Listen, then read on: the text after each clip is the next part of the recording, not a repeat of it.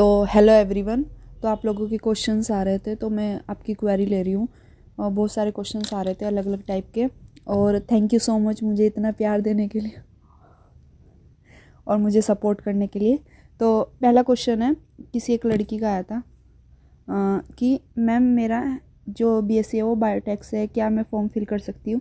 देखिए उसमें जो नोटिफिकेशन है आपने ध्यान से नहीं पढ़ा, उसमें एक बार देखिए कि नोटिफिकेशन में अच्छे से लिखा है कि बायोलॉजी होनी चाहिए ग्रेजुएशन में, और एनिमल हस्बेंड्री की कोई डिग्री, और क्या बोलते हैं एग्रीकल्चर से कोई डिग्री होनी चाहिए ग्रेजुएशन की। लेकिन फिर भी आप एक बार फॉर्म फिल करके देखिए ना, अगर उसमें जो भी रिक्वायरमेंट वो बोल रहा है आप यस करते जाइए। अगर आपको कोई प्रॉब्लम आ रही है तो फिर आप नहीं कर सकते, फिर एक बार आप ट्राई तो कीजिए।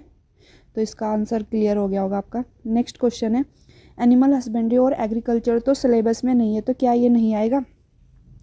कैसे क्वेश्चन है, और दो सब्जेक्ट के बारे में कैसे कैसे पढ़ना है ये सब पूछा है किसी ने, किसी बच्चे ने। तो एनिमल हस्बेंड्री अगर नहीं है नोटिफिकेशन में तो वो नहीं आएगा, ऑब्वियस बात है, क्योंकि नोटिफिकेशन में जो भी एनसीईआरटी का सिलेबस है सिर्फ क्वेश्चन पेपर उसी से आएगा, कोई बाहर से तो नहीं आएगा।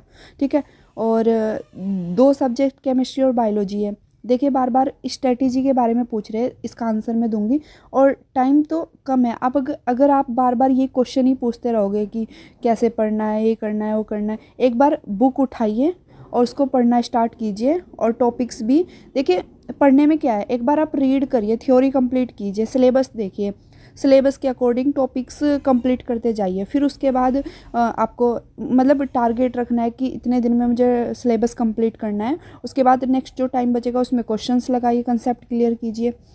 और स्ट्रेटजी भी मैं अभी तो बेसिक बेसिक यही है, डिटेल में मैं कोशिश करूँगी कि मैं इस पर टॉपिक पर वीडियो बना पाऊँ। तो अगर जो नोटिफिकेशन में नहीं है तो उसका क्वेश्चंस नहीं आएगा, उससे क्वेश्चन नहीं आएगा उस पार्ट से। तो नेक्स्ट क्वेश्चन है लियो का वर्क। देखिए मैं इस पर वीडियो बना चुकी हूँ पहले। लियो का जो वर्क होता है वो प्राइमरी ट्रीटमेंट होता है एनिमल्स का। बेनिफिट क्या है, किसी भी आप जॉब करते हो क्या बेनिफिट होता है? आप एक तो सर्विस में जाते हो, सैलरी वगैरह मिलती है, ये सब चीज़ें होती है, और फिर आप फील्ड में काम करते हो, रिस्पेक्ट मिलती है, बहुत सारी चीज़ें होती है। इसमें बेनिफिट में क्या पूछना होता है कि क्या बेनिफिट है, पर कोई नहीं, इसका आंसर आपको मिल गया होगा। नेक्स्ट है ड्यूटी चैलेंज। ड्यूटी चैलेंज क्या है कि कभी आपके पास फील्ड में बहुत सारे केस आ गए तो उसको आपको हैंडल करना होता है कि जैसे गांव में आपकी डिस्पेंसरी मिलेगी और डेली आपको गांव में जाना पड़ेगा ट्रीटमेंट वगैरह के लिए। प्राइमरी ट्रीटमेंट ही होता है इसमें। अगर क्रिटिकल होते हैं, वो मैंने आपको बताया था कि हम वीओ को रेफ़र कर देते हैं।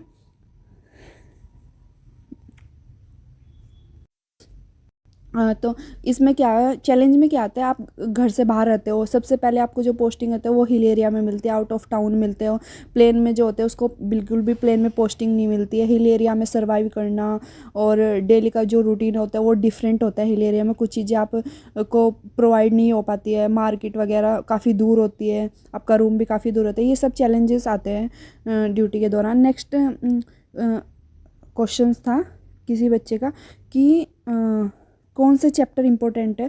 देखिए चैप्टर इम्पोर्टेंट क्या है, जो नोटिफिकेशन में आया वही चैप्टर इम्पोर्टेंट है, उस वही टॉपिक आप कवर करिए और उसी से आपकी आप तैयारी करिए। चैप्टर वाइज जो भी लिखा हुआ है नोटिफिकेशन में, केमिस्ट्री उठा लीजिए, बायोलॉजी उठा लीजिए, जो भी आपको टॉपिक दिख रहे हैं उनको पढ़ना स्टार्ट कीजिए, और फिर उसके बाद कंसेप्ट क्लियर करिए और क्वेश्चंस लगाइए। ठीक है, कोई नहीं, पर अगर आपको इसके ऊपर वीडियो चाहिए तो थोड़ा वेट करना पड़ेगा। मैं 1-2 दिन में वीडियो बनाने की कोशिश करूँगी। मुझे थोड़ा भी टाइम नहीं लग रहा है, मैं बिज़ी चल रही हूँ। नेक्स्ट क्वेश्चन, ये स्ट्रेटजी वगैरह देखो रीड करनी है एनसीईआरटी, बेसिकली एनसीईआरटी मैं अपनी सारी वीडियो में बोल चुकी हूँ, एनसीईआरटी से ही क्वेश्चन आएगा। और अगर आप नीट के बारे में जानते हो तो इसका बेसिक कंसेप्ट तो आपको एनसीईआरटी का क्लियर करना पड़ेगा। नीट की प्री फॉर्म तो आपको देखनी ही पड़ेगी एक बार, और उसके बाद सिलेबस सबसे पहले कंप्लीट कीजिए, फिर उसके बाद ऑब्जेक्टिव लगाइए।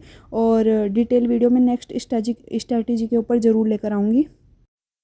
नेक्स्ट किसी बच्चे का क्वेश्चन आया था, मैम ट्रेनिंग के बाद पक्का जॉब लग जाएगी ना, ये क्वेश्चन आया था। देखिए अगर आपका गवर्नमेंट जॉब में सिलेक्शन हुआ है तो जॉब तो पक्की है, कंफर्म है, इसमें कोई दो राय नहीं है।